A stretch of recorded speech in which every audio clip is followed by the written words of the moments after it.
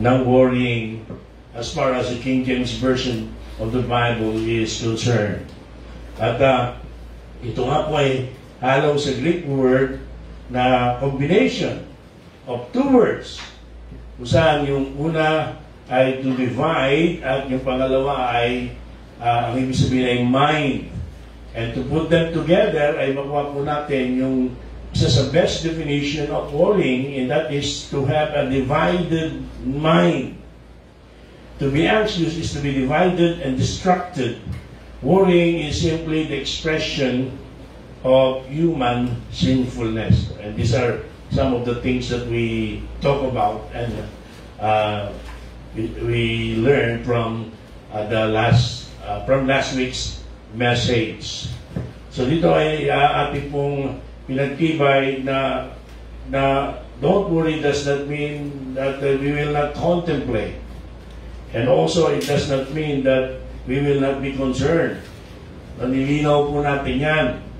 There are things we need to be concerned about, and there's a difference between carefree and careless. At ang Panginoon po ay siya mismo ay nagpakita rin ng halimbawa ng pagpaplano. So hindi po kontra ang Panginoon dyan. Dito po sa ating teksto, ito po nahati sa dalawang sections at inumpisahan niya po natin yung patungkol po sa warring against worrying. At pinag-aralan natin kung paano na-develop itong worrying. At ito po ay nakita po natin na ito ay na-develop by thinking about our food. And that's what we have in verse 25. And also by thinking about our fashion. And by fashion, tumutukoy po tayo sa kasuotan.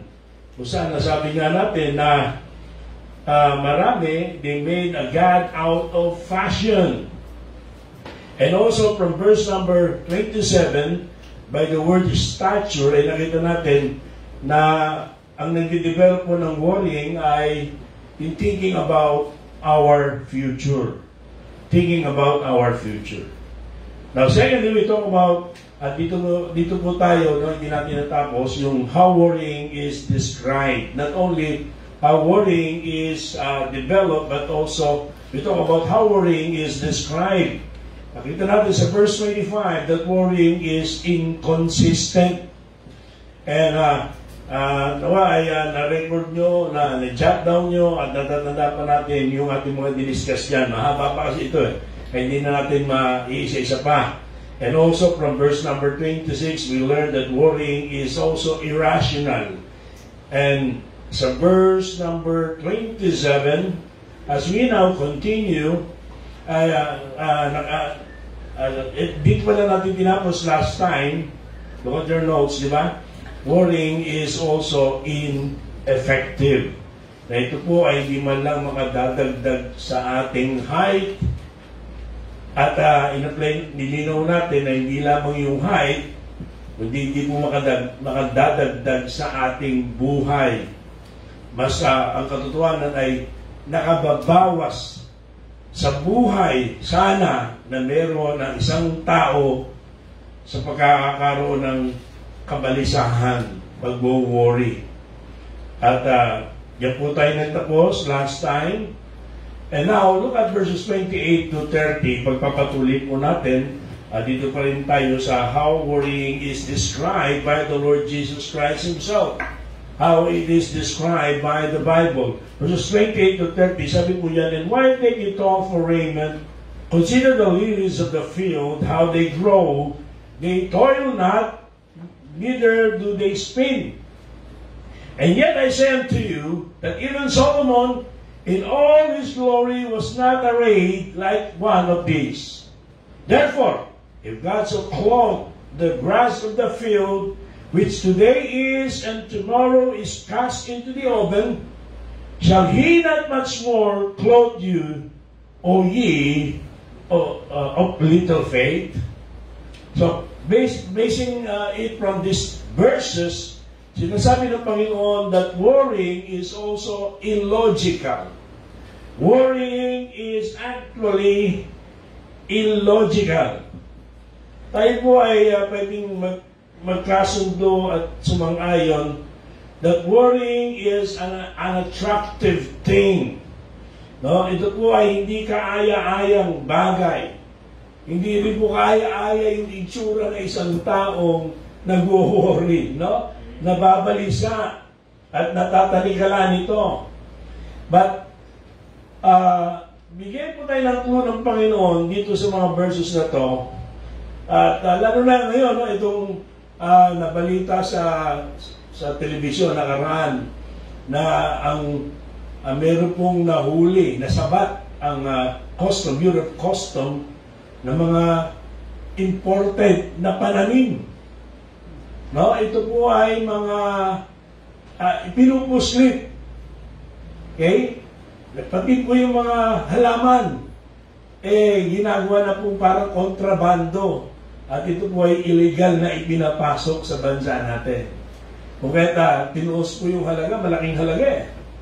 At yun ay dahil sa pandemic na to, isa yan sa mga naging pinagkaabalahan ng tao. Isa yan sa mga nauso. Yung plantito at plantita.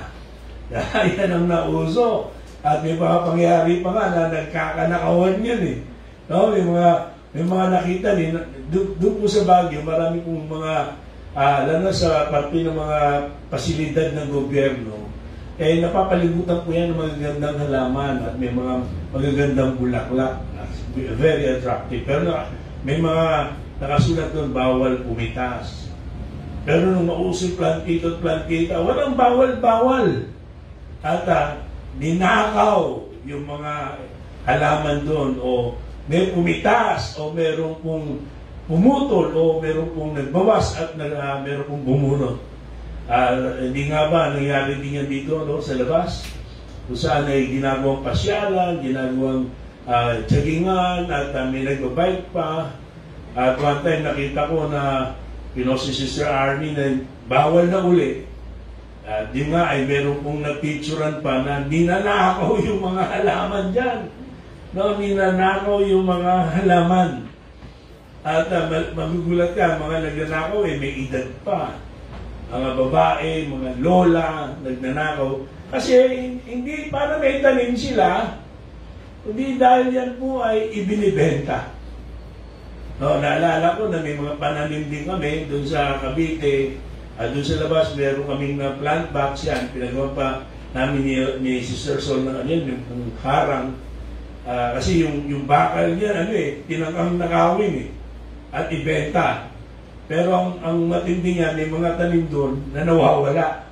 No? May mga tanim, yung tanim na parang cactus, may bulaklak na uso yan na, yung binibili natin, matinik-tinik. Yun. Na biglang nawala. Nawala? Ninakaw.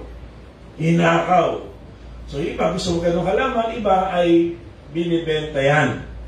Ang Panginoon ay ginamit niyang halimbawa yan.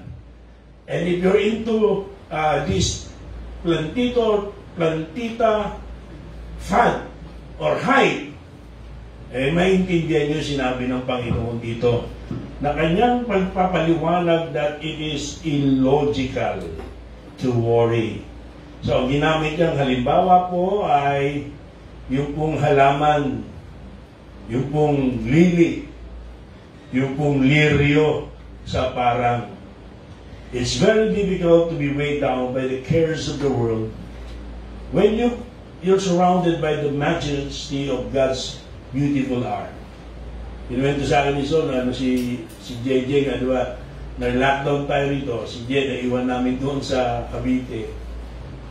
Sa likuran kasi namin, makita niyo yung kabilang parte, yung, naalala ko, senior ni Sister Sol yun sa devotion ng mga babae, na yung bubong namin, ay yung sahig namin, isang bahay ang katumbas sa bubong ng kapitbahay namin sa baba.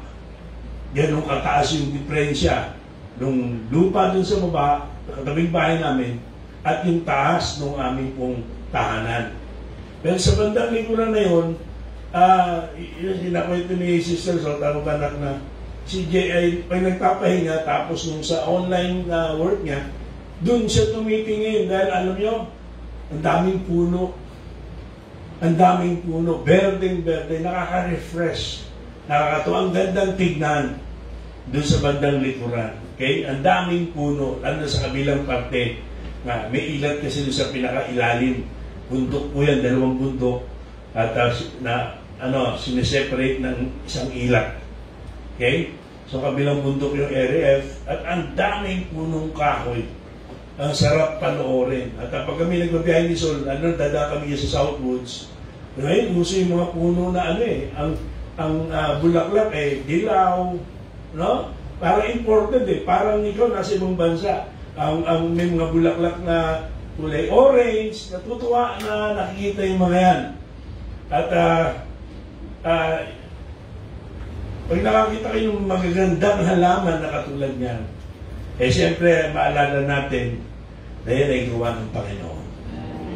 No, yung kagandahan ng mga halaman na yan, mga pananim na yan, mga puno na yan, at yung mga bulaklak na yan, ay nagpapaalaala sa atin na ang Diyos ang may gawa ng lahat ng bagay. At yung mga yan, no, hindi mo na kayang diligan ng puno Pero kapag nakita, didilig ng puno mangga. Di ba? Wala.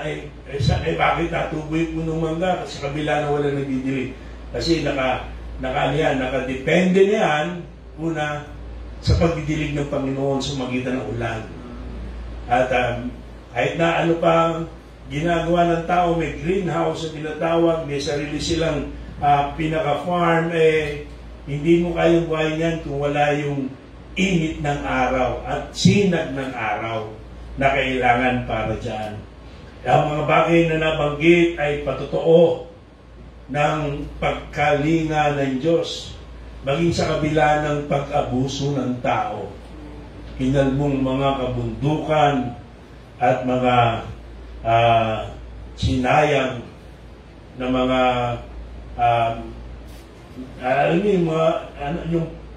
ang tawag doon, virgin forest.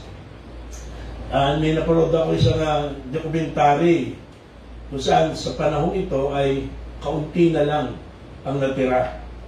A few years back, nung bata pa siya, gusto talaga niya na mag-explore, gusto niya talaga na kung saan pumunta at na-focus yung attention niya sa kalikasan.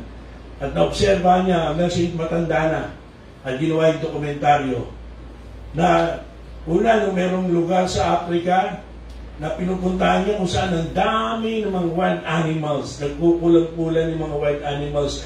Nung balikan niya, may edad na siya, ni isa doon sa mga wild animals nila, wala na. Pero higit niyang pinagtunan ng pansin ang pagkawala ng malaking bahagi ng forest sa buong mundo. Sa buong mundo. And that's one of the factors bakit napakainit ngayon. No, kasi yan po ang nagbibigay din, di ba, na hindi lang ng oxygen, kundi ng protection. Kung bakit uso yung baha at may mga disasters na dulot niyan. Protection din sa panahon. Ito man ay tag-init o tag-ulan. Pinapaalala tayo dito sa ating teksto, balik tayo dito, na bagamat si Haring Solomon ay matatawag natin glorious king during his time and reign. Kung saan nung maanyayahan niya o dalawin siya ng Queen of Sheba, if you're familiar with the story, ay namangha dun sa kanyang, di ba? Sa kanyang karanyaan, sa kanyang yaman. Na kung maghanda, ilan ang kinakatay, gano'ng karami yung inihahanda. At talagang naging tanyag itong si Haring Solomon. At sa kanyang yaman. But all of his sparkling finery fails in comparison to the simplest lily, sabi ng Panginoon sa Kristo, that God placed beside, at his feet or in the garden. Na yung pong liryo, yung pong halaman. At nakita ba natin na yung halaman ay mayroon pa kayo alam na halaman, yung halaman kinakausap pa na iba Sabi, kailangan daw kausapin. Hindi ko lang maintindihan na Tagalog din ba ang lengguwahe ng halaman? O English ba? Doon lang tayo, dyan. Pero ginagawa na iba, kinakausap, nag-experiment pa nga, di ba? Nagpatok sa isang greenhouse, nagpatugtog ng rock music, namatay mga halaman. Siguro nag-drugs, kaya namatay. Pero nagpatugtog ng classical music, ay nagyumabong, no? Nakakaintindi talaga. Yung mga halaman, nakakapag-relate.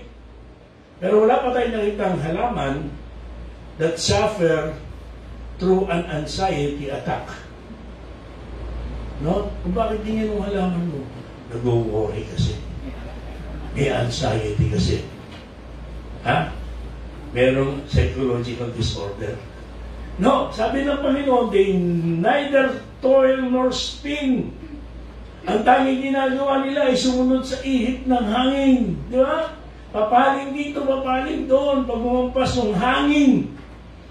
And reaching heavenward toward the source of their water and sunshine and sustenance. And remember, di ba, yung time na to, wala pa yung mga na-develop na mga irrigation. No? Nung ako po ay nasa Tennessee, White House, Tennessee, nadaanan po namin isang farm ng cotton. At yung time na yun, yung cotton na yun, bumubuka na. Nagdala nga ako ng buto nun di ba bumubuka ito, na parang ulap sa lupa. Pero makita nyo, kahit gaano kalaki yung farm, meron silang dinivelop na bakal at may mahabang tubo kung saan ito yung tumatakbo, papunta pabalik, at nagdidilig doon sa mga halaman. Yung tubo na yun tubo ng tubig po yun. Yung pong kinakabit ng tubo, may gulong po yun. At yun po ay meron pong aparatos para magpo-forward na gano'n, babalik na gano'n. Ang laki ng taniman. Cotton. At may gano'n na ngayon. Pero walang gano'n sa panahon ito. Naalala yung pagtalakay natin yung kay James, di ba? Yung first rain and latter rain. Totally dependent on God. At ito yung binabanggit dito ng Panginoon. Hindi na problema yung lily. Totally trusting God to send them rain, the first and the latter rain. Nasa kabila ng ganon ay hindi kayang tumbasan ng kayamanan, karangalan ni Haring Solomon. So they do neither more nor less than they were designed to do. And what they were designed to do is to glorify God. Would that you and I could glorify God with the simple eloquence of that little flower? Yet the greater point is that God values us so much more than a lily. Mas mahalaga tayo kesa sa liryo sa parang. The lily is merely something He created for our pleasure. But we are the one that bears His image. And if God cares for each petal or stem that blooms and fades within a season, how much more does He care for us? How much more does He take to heart the things that cause our anxiety? So He took the answer to the question and displayed it on the cross, on the old rugged cross, almost 2,000 years ago. He'd never suffer and die for the lily. But He willingly suffered and died for us. And how will He plan to ignore and neglect us na mga pinaghandugan niya ng kanyang buhay? So sinasabi dito ng Panginoon that worrying is illogical. And then, let's move to verses 31 up to verse number 32. Sabi po dyan, therefore take no thought, saying, what shall we eat, or what shall we drink, or wherewithal shall we be clothed? For after all these things do the Gentiles seek.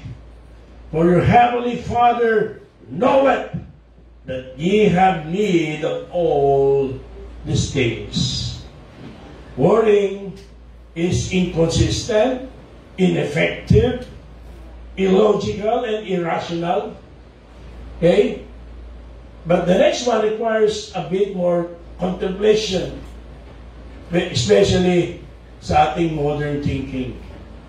Dito po ay sinasabi sa atin ng Panginoon, pinapakita sa atin ng Panginoon that worrying is irreligious. Worrying is irreligious. And what does irreligious mean? Hindi ba totoo na yung word na religion ay alam natin that nobody can be saved by religion? We don't even accept that Baptist Church is a religion. No? We don't accept that. But let's go back to the original meaning of the word. In truth, may tuturing na tayo ay isang denominasyon. No? Denominasyon. At pinauso nga ni iba yung non-denominational. Ano sila? Pentecostal. Denominasyon din yan. No? Hindi lang tayo doon sa konsepto ng religion o isang denominasyon o isang sekta na pamamaraan para maligtas. Yun ang sinasabi natin. Hindi kailangan ang reliyon para maligtas ang tao. Nauulit po natin yung dating word ng kung saan kinuha yung religion ay religio, ang ibig sabihin po ay to bind back. Then, the religion that binds us back to God is Jesus Christ Himself. Amen. Siya ang nagpanauli at nagdugtong uli ng relasyon natin sa Diyos. Amen. So in that sense, Jesus is our religion. Amen. Pero, para sa mag-build up ka ng form, nakalagay doon, religion, ano nalagay mo? Baptist din. Kahit di natin i-reclaim na religion Baptist, pero kailangan pilapan mo, nalagay mo, Baptist. Ha? Pagkat, huwag na natin pagtalunan pa, alam na natin na hindi yung Baptist ang nagliligtas sa tao. Okay? And yet, we're thankful to God that we belong to Baptist Church. We ought to. So yung word na religion, nagkaroon ng confusion yan. Nagkaroon na ng struggle dyan. Kaya iba, ayaw tawagin silang religion. We're not a religion, we're not a denomination. Pero pag pinagkaralan natin, yun din yun. But then again, it is not those denominations, including the Baptist denomination, ang napagliligtas sa tao. Okay. So yung religion, ano ba? Pag-usapan natin, sino ba kausap ng Panginoon? Mga Hudyo. Mga Hudyo. And Judaism is a religion. Being a Jew is not only a nation, but it's a belief. It's a system of belief. It's a system of worship. It's a system of can be categorized as a religion in that sense. At ano po yung sa mundo, dalawang klase lang ng tao nung araw. Ano yun? Hudyo at Gentil. Now, ngayon, dumating ang church, kaya naging tatlo na. Hudyo, Gentil, at yung nag-alis ng padero na mamagitan sa dalawa. At yun ang tinatawag natin iglesia. Now, iglesia. Binubuo ng mga manampalataya, tinubos ng Panginoong Kristo. Pero sa time na to, dalawa lang, kaya nga binanggit ng Panginoon hindi ba, yan din ang ginagawa ng mga hintil. So ano ibig sabihin ng kausap? Hindi hintil. Kung hindi hintil, dalawa lang ang klase ng tao noon, ano kausap? Mga Hudyo. At ano ang mga Hudyo? Ang Hudyo ay merong special relationship with God. They are His special people. And God spent thousands of years demonstrating to these people, to the Jewish people, through His covenant, through the conquest, through wilderness and wandering, through kingdom and calamity, na siya yung kanilang Diyos. Siya lang ang Diyos. Wala nang iba.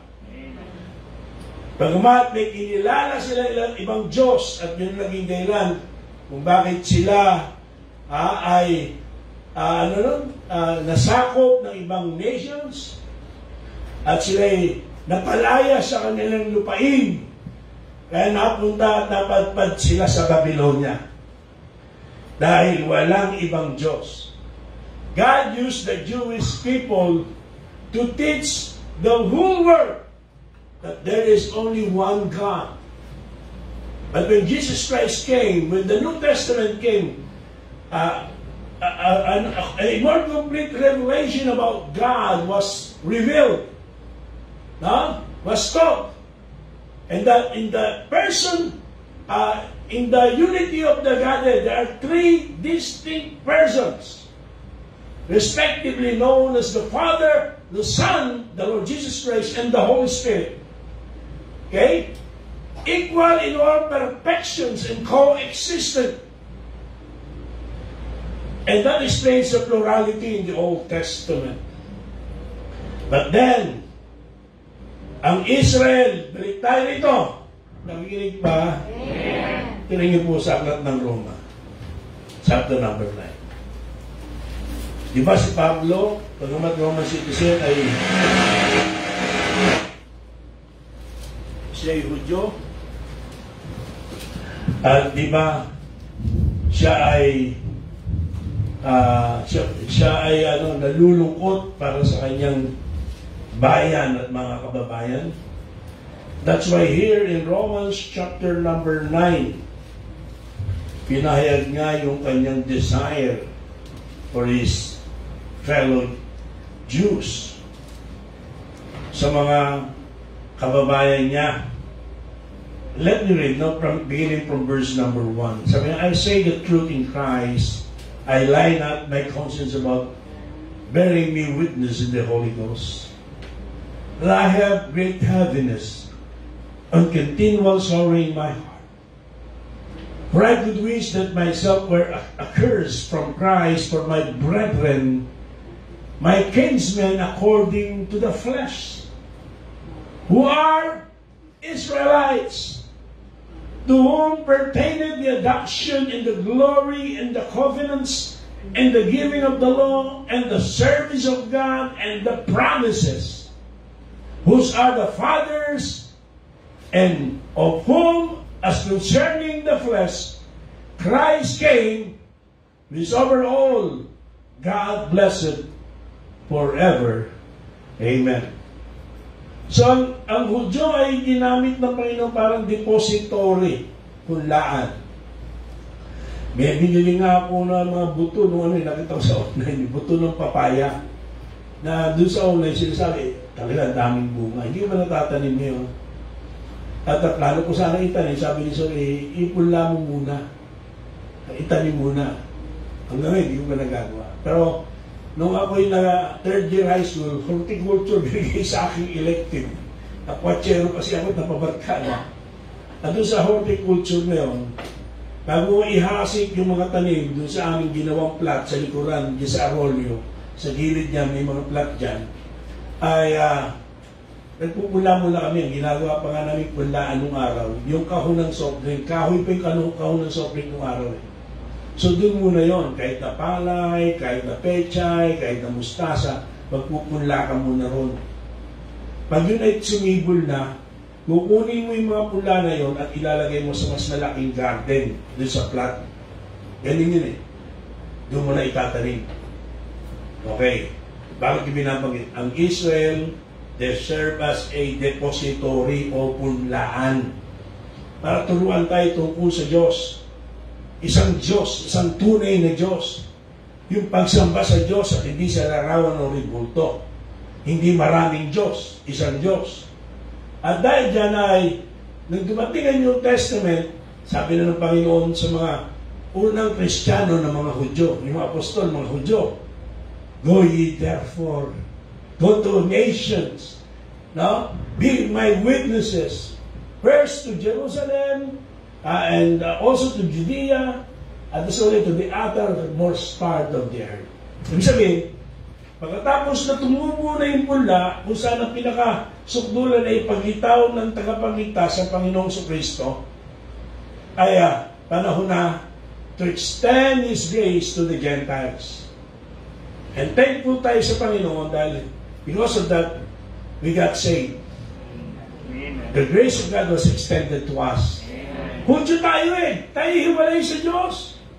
Agaya nung kay Tongin nilalakay natin, di ba? Malayo sa Diyos. At sabi ni Ephesians, yun na tayo, we are far off from God. We are without God.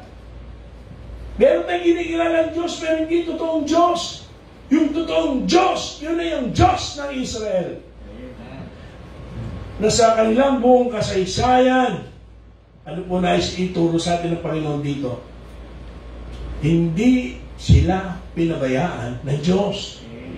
At kahit ngayon, nakita nyo ko ngayon, may mga kaaway ang Israel, pero karamihan basa sa paligid na kaaway nila, mga wasak. Pero ang Israel, hindi lamang dahil magaling sila at matatalino, kundi protected ng Diyos yan. It is not only the Iron Dome, tama yun? That protected them. May isang report mula doon sa isang mga Arabic nation sa paligid na their God diverted our missiles. Ulat sila eh, bakit? Parang nalilihis yung kanilang missiles. Because their God is protecting them. Even despite of the fact that they rejected their Messiah, they crucified their long-awaited Savior and Messiah, na sila ngayon ay, di ba? Because of that, kinancel ng Panginoon ang kanyang program and extended His program to us. Pero throughout their history, pasimula kay Abraham, hindi sila pinabayaan ng Diyos. Ang kanilang kasaysayan ay patunay ng kabutihan ng Diyos. Kung merong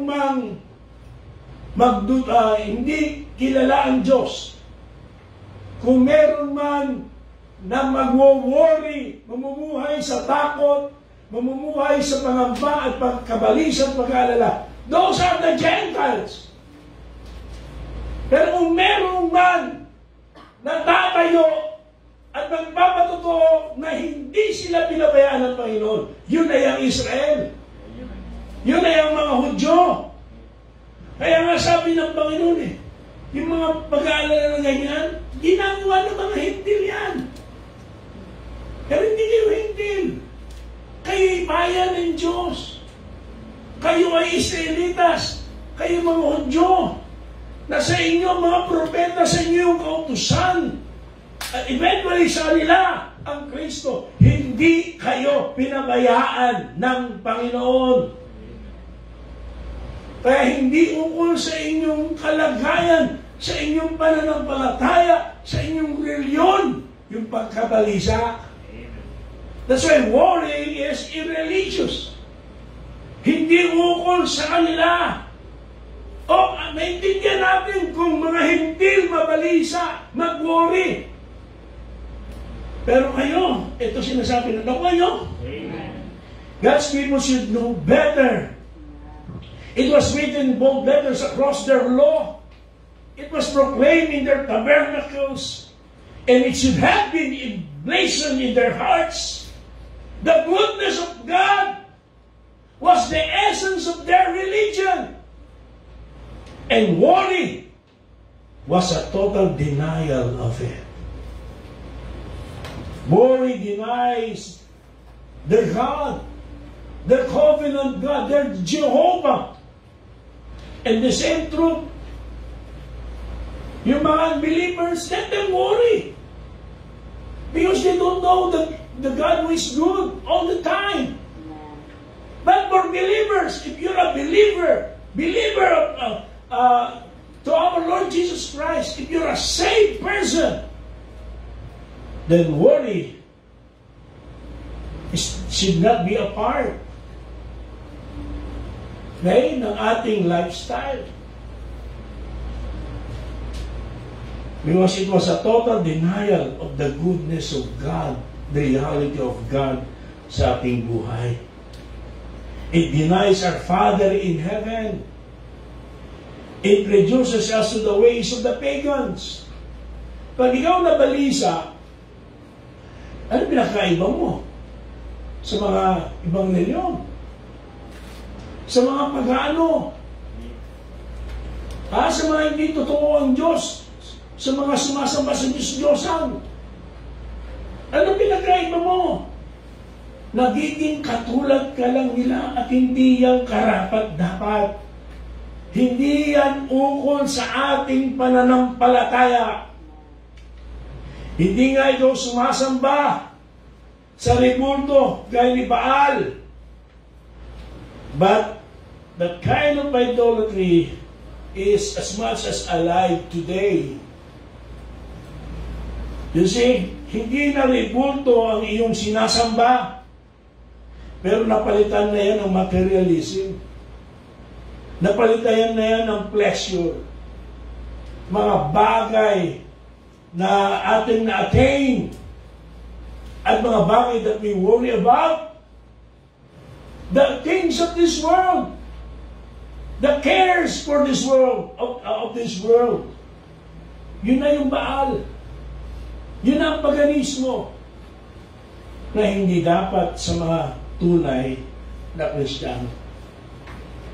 Sapagkat ang Diyos ay hindi nagkulang at magkukulang sa atin.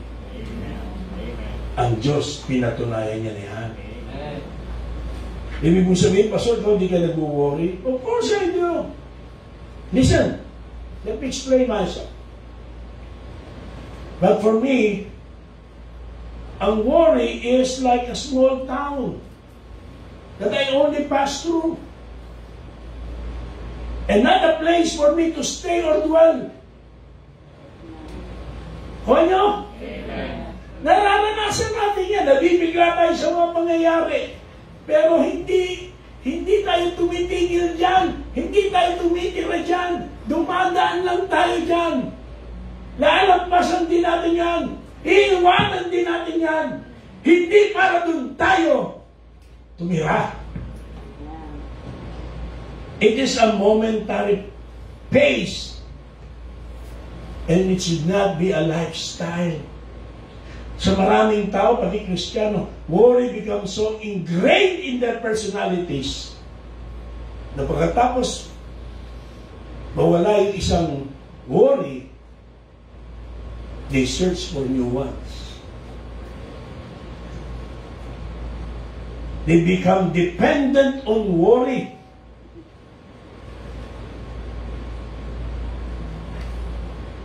And I hope and pray that, like me, according to the teaching of the Lord Jesus Christ, we don't want to become that kind of person. Huwag tayo yung konting kibot lang, nag-worry na. Huwag tayo na doon na tumira at hindi na umalis. Daan lang tayo. Saglit lang. Nabigla lang. Pero babalik na uli yung ating katinuan, yung ating kamalayan. At hindi tayo papaalipin sa kabalisahan. Jesus is talking about our unbelief. And yet notice the tenderness of His words. Ano sabi niya? Your Heavenly Father knoweth that ye have need of all these things. Ano sinasabi ng Panginoon sa atin dito?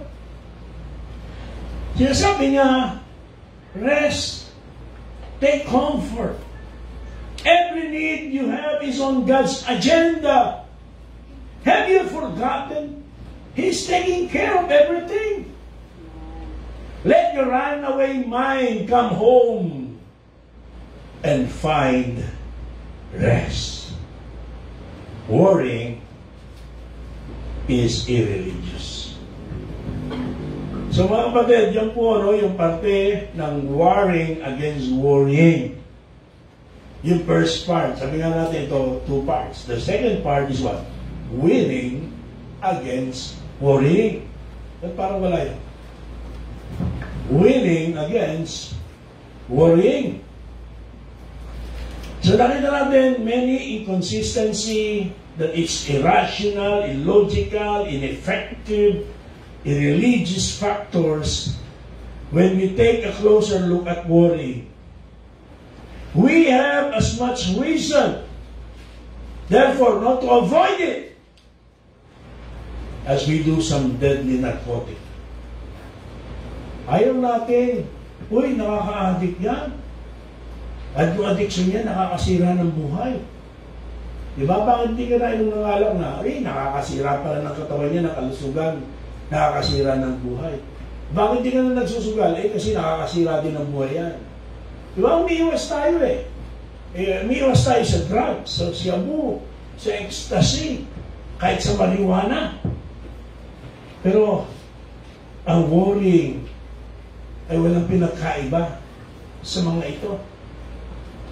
Na hindi lamang nagiging dependent ka, nakaka-addict, nakaalipin sa'yo, at nagkokontrol sa'yo. Di ba ganun ang mga illegal drugs? Di ba ganun ang bisyo? Kundi sinisira ng iyong buhay at nakakasira ng ating buhay ang pagkabalisa. That's why, after we have discussed all these things, I hope and pray na nakita natin that we have enough reason to avoid it. That maybe some of us are already become dependent upon this drug. Perhaps you need to become free from its tyranny. So let's talk about how worrying is defeated. Winning against worrying.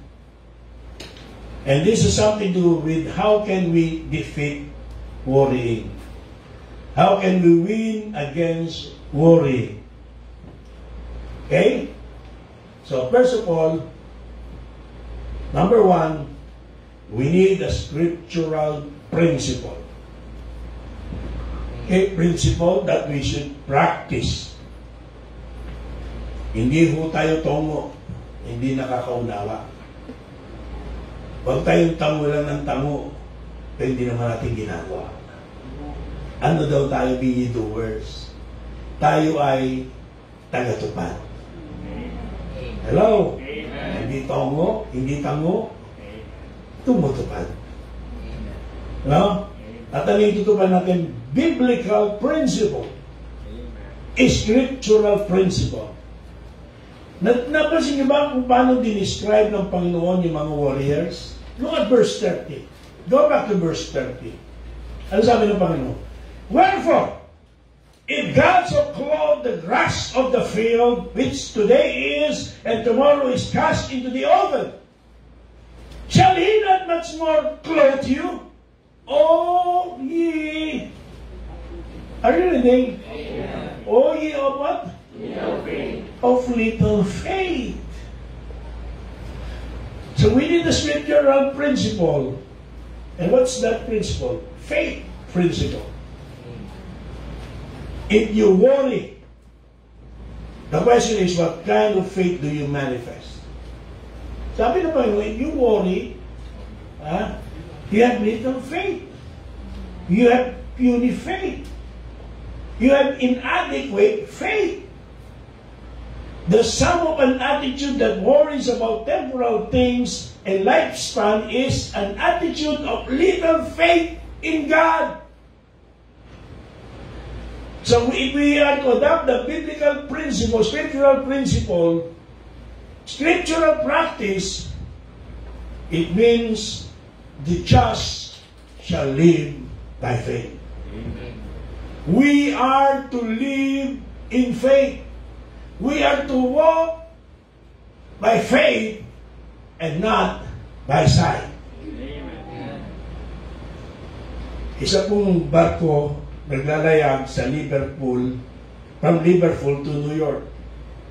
Ang kapitan ng bagyo ay kasama niya yung kanyang mag-ina doon sa barko. Napadaan sila sa isang malakas na bagyo. Na dahil doon, yung natutulog na little girl, anak ng kapitan, ay nagising.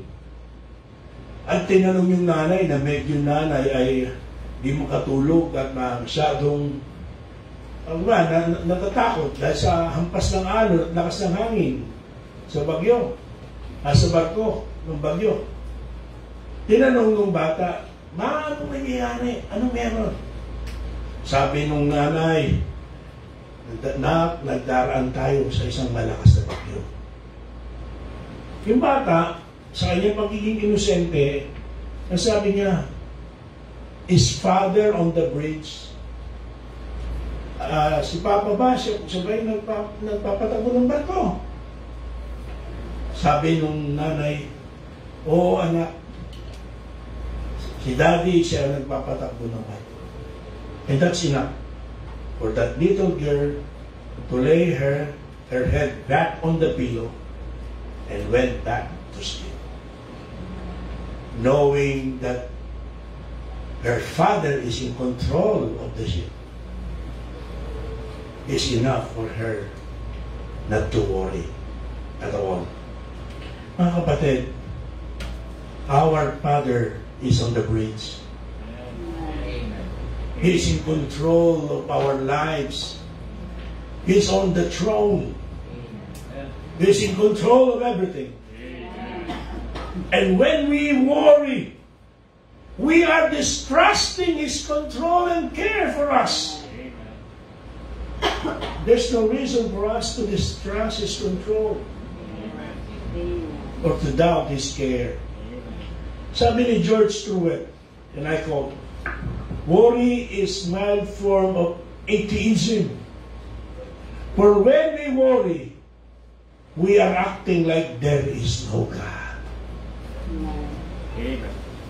Tandaan natin, tatlong klase ng atheism. Yung dogmatic, yung talagang, hindi kami naniniwala sa Diyos. Yung virtual, ano yun? Naniwala sa Diyos, pero ang Diyos na pinapaniwalaan nila, hindi totoo ang Diyos. Hindi wala rin Diyos. Pero may mga Kristiyano guilty of practical atheism. Sinasabi mo, ang Diyos mo ay buhay, nananampalataya ka sa Diyos. Pero umaakto tayo na parang walang Diyos. Na parang hindi control ng Diyos ang mundo. Na parang hindi nagmamalasakit ng Diyos. In those times of crisis like this, in times like this, do you take God at His word? Do you rest upon His promises? Brothers and sisters, do you believe that what God has promised, He is well able to perform it? That's why we need a scriptural principle, and that principle is to live by faith, to walk by faith, and not by sight. Secondly, we need a system of priorities. Look at verse 33. Quickly now, verse 33, please. "But seek ye first the kingdom of God and His righteousness, and all these things shall be added unto you." Nakita natin yung biblical prognosis ng worrying. Ano yun? A division of the mind, a division of the heart. Divided mind, divided heart. It is a mistake to try dealing with the issue of today while dwelling on the questions of tomorrow. Kailangan ng ating energy and concentration ay ukol para sa ngayon at dito. Hindi sapat yan para sa bukas. Ang binigay sa ating lakas at pagharap anumang sitwasyon ngayon ay para ngayon. Hindi para bukas. Nagalit ang Panginoon sa Israelitas, ang tigas ang ulo, di ba? Sabi ng Panginoon, kukuha lang kayo ng sapat para ngayon. Kumuha sila. Sobra para bukas. Susunod na bukas. Ano nangyari? Tinuod. Nabulok. At ganun, ang gusto ng Panginoon, sabi ng Panginoon sa model prayer, at follow this pattern. Give us this day our 1 week supply. No. Give us this day, what? Our daily bread. The bread for today. Provide for what we need today. This is an important lesson that we need to learn. Our energy and concentration it is for the here and now. Kaya sabi ng Panginoon, no? Nakita niyo yung problema rito? Ang inyong kakainin, ano yun? Future. Iinumin. Future. Tama ba ako? Amen. Dadamitin. Susunod. Ano problema na? Kamatalang meron silang pagkain ngayon. Meron kang iniinom ngayon. At may suot-suot ka ngayon.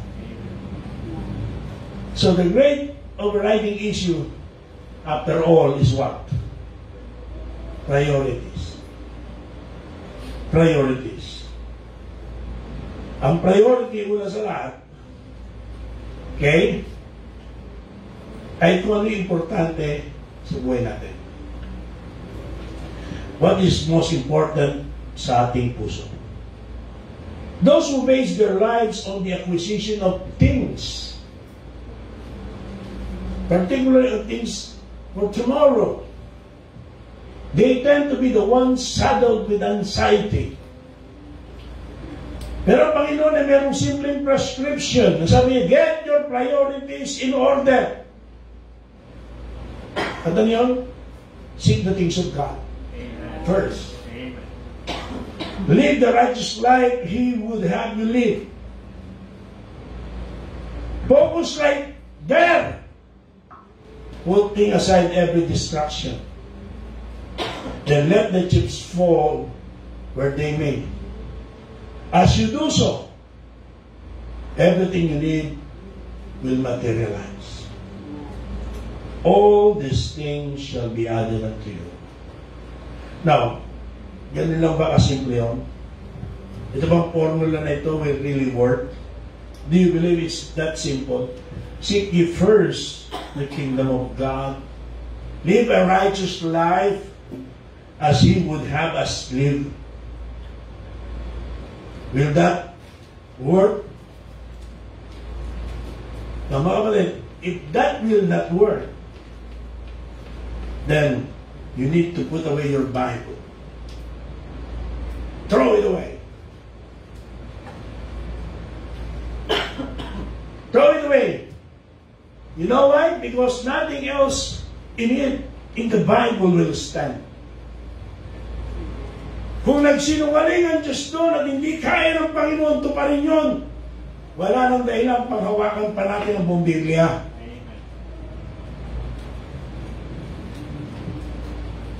Dahil lahat ng pinangako niya, hindi niya na matutupad. But if those words, or these words rather, are true, then this should confirm our hearts, in our hearts. This should cause us to embrace with joy and exuberance yung promise ng Panginoon. We should set our priorities right. We should not worry about tomorrow. What our concern to be is for the present, and with regards to the present, our priority must be the kingdom of God. Amen. His righteousness. Amen. You see? And most of us know this verse. Memorize nga natin, kinakanta pa natin yan eh. Kinanta nga ng mga bata kanina eh. Eh luma pala yun, ito si Dale eh. O di kumanta uli ngayon. Eh kasi mga matanda, it's a great thing to praise the Lord. Pero di kayo makapag-special number. Kasi matatanda, ang papag-aaral lang natin, we have to thank God, we have to praise God, we have to glorify God. But where are the 9? Kasi matatanda, they know we have to seek first the kingdom of God. But actually living this verse is another issue. Memorize natin itong verse na to.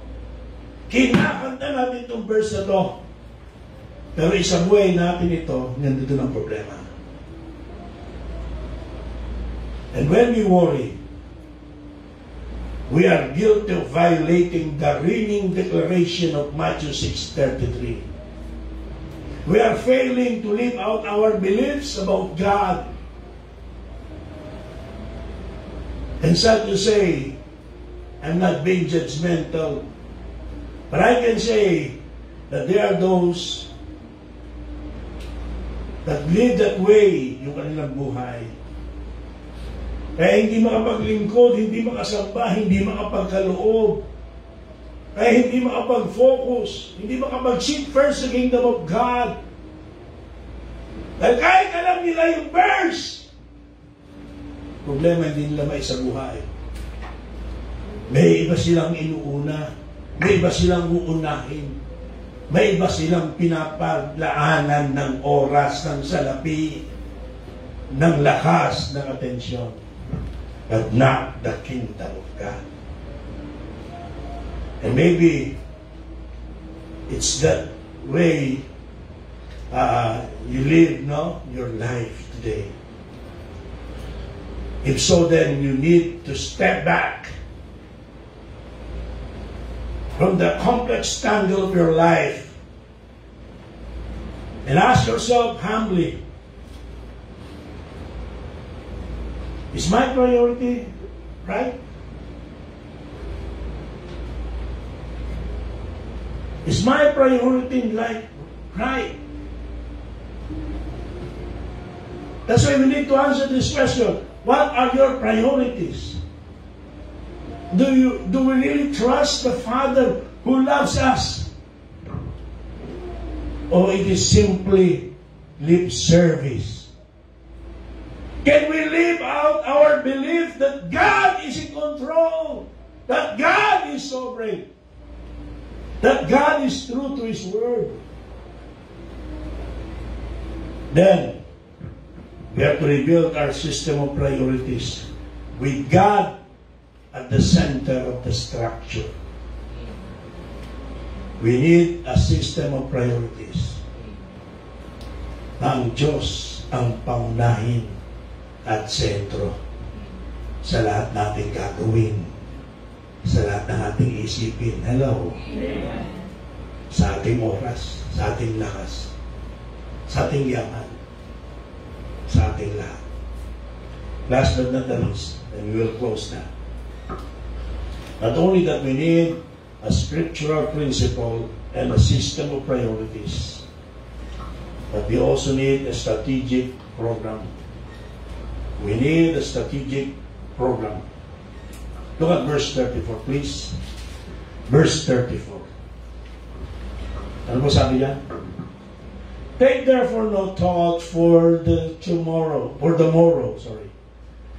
morrow shall take thought for the things of itself.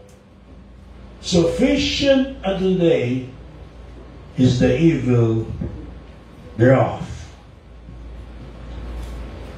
Now, ito po yung most important ammunition of all.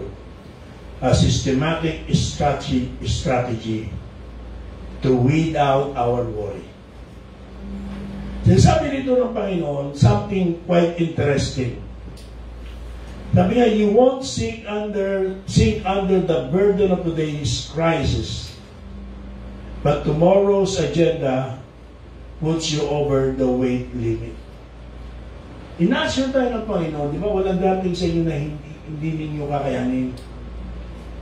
Bakit parang hindi kinakaya ni ganito, hindi kinakaya nun? Kasi yung lakas na binigay ng Panginoon, kasama ng pagsubok ngayon, parang ngayon lang yan. Eh, pati problema ng bukas, dinadala mo na ngayon eh. Eh, hindi mo talaga kakayanin yan. Nakikinig? Kuha, di ba? Napansin niyo ba na, alam nyo, ilang beses na, si Sister Sol, nagmamadali kami, Lunes kami uwi, kailangan pumunta doon sa school dahil may meeting sila, may kausap na tao bilang guidance counselor, may sa seminar. So, minsan may dinadaanan kami. Kaya sabi ko, diretso na kita kami. Diretso na kita. Ako na lang mag-uuwi ng mga gamit. Eh, yung mga gamit na binabanggit ko, pang 2 taong hakutan yun eh. Pang marami kami. So, minsan ang layo ng parking, mainit na, pipilitin kong bitbitin lahat. Hindi lang ang problema ay sobrang bigat dahil madami. May pagkakataong mahuhulog yung bag, mahuhulog yung ibang bitbit. Hindi lamang nagmamadali ka, gusto mong matapos isang dalahan, tumatagal pa at nagdadagdagan ng problema. Ano ibig sabihin? Eh, pang 2 tao pala yun eh. So, ang dapat gawin, kunin ko muna yung kaya ko. Punta ako. At babalik ako para kunin yung iba. Diba? So, mas madali yun. Mas ligtas yun. Naranasan mo ba na ikaw nag-grocery ka, ngayon, lalo pa ngayon, pag sa GMA, bawal dito, gano'n na iba, bawal yung plastic dun eh. Pero marami rin plastic doon, pero ibang plastic yun. Pag bumalik ka sa 7-Eleven, one time, may sakit pa ni Sol. So ako bumili, naghanap ako ng leeg, ng manok. Ulam namin. Wala. So ang ginawa ko, punta ako sa iwan ng ulo. Bumili ko, naman binili ko. 15 ulo. 10 stick ng tig-3 ulo ng manok. Hindi, huwag mag-alala. Pang-aso yung itaron. Pero habang iniiyaw, sabi ko, pwede ko iwanan ko lang, babalik ako, pasok muna ako 7-Eleven. 7-Eleven, bumili ako ng ice cream, bumili ako ng blue, yung inumin na blue, marami. 5. Yun lang binili ko. Pagdating ko sa tinda, eto problem, may bit-bit na ako, pagkain ng kalapate. Dumano muna ako. Wala silang malaking supot. Hindi plastic yung nagamit, papel na supot. So ginawa, tig-2 na blue, na malamig at basa, dun sa supot. Sa isang supot. 5. So, 2, isa. Isa, may ice cream. Maliit lang naman. Yun na kaya ko, ha? Imagine, may dala na ako, tapos sabi, wala kayo isang malaking supot. Wala ako, nabusa kami. Ang hirap. Ha? Ang dami hirap, marami kang dala. Kung isang supot lang yun, okay. Supot, papel pa. Ano problema? Minsan, pag ganyan lang, sa daan pa lang, may lulusot na Bakit? Nabasa, nabutas. Hirap. Dumaan pa ako doon sa manok sa ulo. Buti luto na. So, mayroon magkasakit to. Hirap din ako. Hindi, okay lang yun. Ano yung puntos natin, mga kapatid, di ba? Isa ganun eh, pag nag-grocery ka, puro supot, may itlog pa, gusto mo lahat buhatin agad eh. Pero, meron ng tamang bubuhatin. Yan lang yung sapat at kaya natin. Hindi natin kaya kung alalahanin ng bukas, isama sa ngayon. Kuha! Yung puntos na ngayon. At yun ang pinangako ng Panginoon. Yung ngayon. Take no thought of tomorrow. No? Ngayon. You see, living in the present tense. Living in the present tense. Mahirap yung mga taong kausap mo pero wala dun sa harapan, wala siya ron. Yung isip niya nasa iba. Yan. Ang hirap ng gano'n. Maganda yung kausap mo, nandiyan talaga. And that times you are like that. Wala tayo dito. Nasa iba isipan natin. Hindi ka makapag-focus. Di ba, iba, ang saya-saya, nagdiriwang, pero ikaw na doon, nalungkot mo. Nag-iisa ka. You're not living for the present. You're worried about tomorrow. And many things of tomorrow. Na hindi mo alam kung mangyayari pa yung kinakabalisan. So, there's a reason placed us within the moment. Bracketed away from both the past and the future. Nakaraan din natin mababalik eh. Yung bukas naman natin, alam mo ano mangyayari. So dapat dito tayo sa ngayon. Hello? Lagay mo sa sarili mo, magsulat ka kaya. Huwag ka naman maglagay ng karatula, pero parang ano lang, lagay mo, no trespassing. No trespassing for the past and no trespassing for the future. The past is closed for good and the future is still under construction. But today has everything we need. Today. Don't dwell on tomorrow's stress. Jesus has told us that tomorrow will take care of itself. Tingnan niyo po powerful words na dito sa Deuteronomy 33:25. Deuteronomy 33 verse 25, please. Tingnan niyo, sabi niya. Sabi niya, thy shoes shall be iron and brass, and as thy days, so shall thy strength be. Ano yan?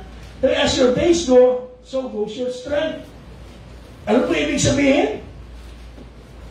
Ano po ibig sabihin? Ibig sabihin, we are not to ignore, totally ignore the future. We have to plan and prepare. But calm preparation and obsessed anxiety are two different things. Future-based anxiety is empty. Future-based worrying is empty. Yan po ibig sabihin dyan.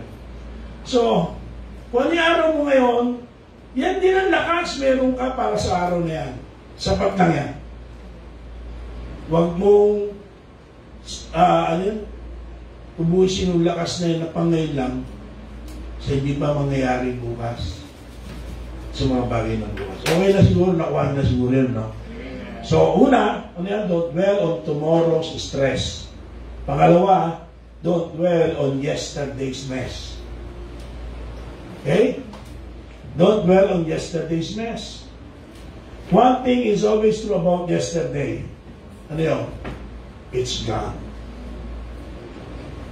It's complete. It's out of reach. And there's nothing we can do about it. Alam niyo pagka natanggal yung Warriors sayang Kahit na depleted lineup nila, lumaban pa rin Imagine mo. Tabla, di ba Vince? Tabla Pero, wala na kasi, talong tabla lang laban ng Lakers. Hinira sa 3 points. Sumute. Tapos. Hindi ko napanood Nina-narrate lang. Wala kasing live Nina-narrate lang. Nung mapanood ko yung replay, ganun pa rin. Inulit mo yung replay. Yung ending na lang. Baka ako magbago. Ano nangyari? Talo pa rin eh. Bakit? Tapos na yun. Hindi na mababago. Pag pinaulit-ulit mo, maiinis ka lang eh. At marami ka pa makita. Bakit kasi si Kaki pinagbantay eh? Nakalaki ni Bro James.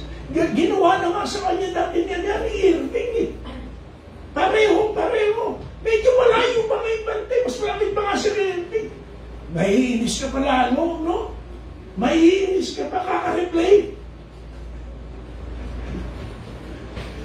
Alam mo mababago yung ending pag ni-replay? Tapos na yun eh. Pagkabalisa ba sa nakaraan, mababago sitwasyon.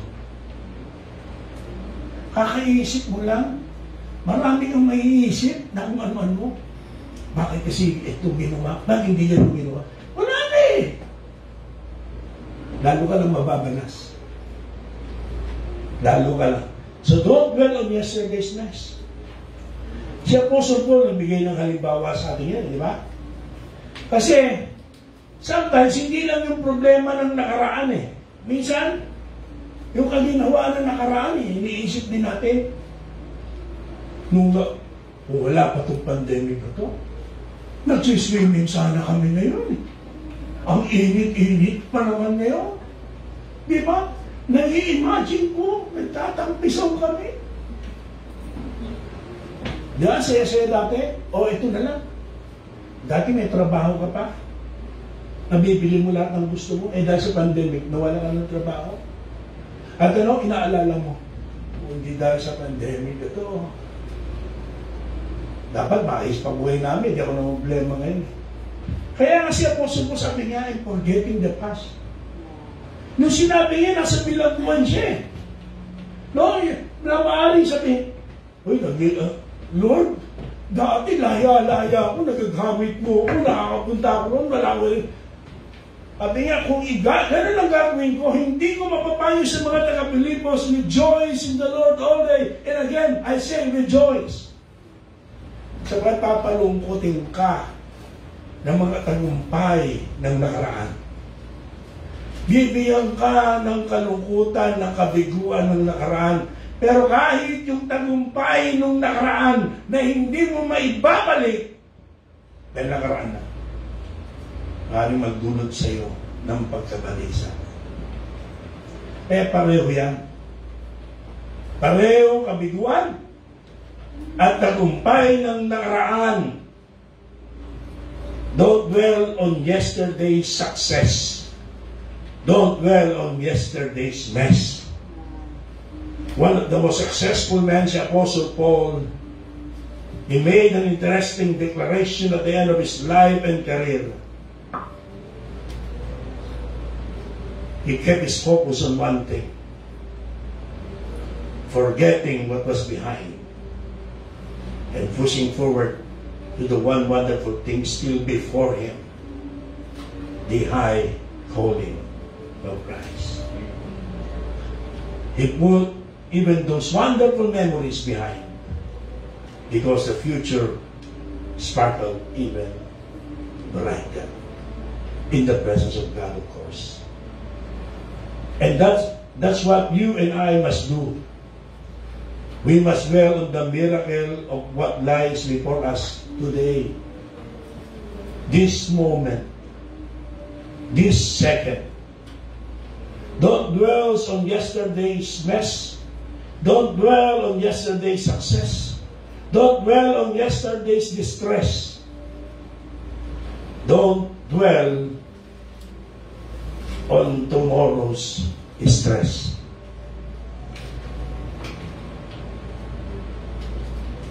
Today is called present, sabi, di ba?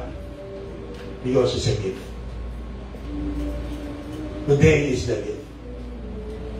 Live one day at a time. And every day, set your priorities right. Hello? Amen.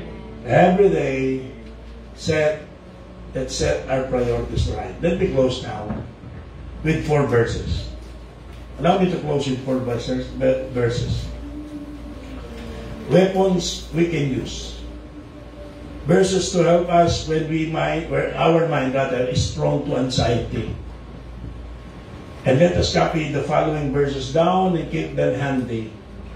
Or better yet, commit them to our memory. First, Psalm 50 verse 15. Psalm 50 verse 15. Please, nakataw na tayo, Dale. Masabi? E di ba, basa? And? Call upon me in the day of trouble. I will deliver thee, and thou shalt glorify me. Amen? Amen. Call upon me. Pero sabi ng Panginoon, in the day of trouble, ano may pangako? I will deliver thee. Amen. And He will do that because, sabi niya, you will glorify me. Second verse, Psalm 55, verse 22. Pamilyar na tayo dito. Oh. Ano yan? Basa. Cast thy burden upon the Lord, and He shall sustain thee, and He shall never suffer the righteous to be moved. Amen? Amen. Is this a good verse? Yes. Amen. Cast your burden upon the Lord, and He shall sustain you. He will never suffer you to be moved. First Peter 5:7. Ano yan? Casting all the care. Come on. He careth for you. Do you believe that? Amen. He cared for us. And here is the pinnacle passage concerning worry. Philippians 4:6-7. Philippians 4:6-7. We careful for nothing, but in everything by prayer and supplication with thanksgiving, let your requests be made known unto God. And the peace of God, which passeth all understanding, shall keep your hearts and minds through Christ Jesus. Amen? Amen. Worry about nothing, but pray about everything. Amen. Make those words your battle cry. Let us make those words our battle cry as we take on this menacing giant called Glory. worry. Amen. Ito po sa itanan. Amen. Kayong lahat dito mayo. At tayo ay nalalaman.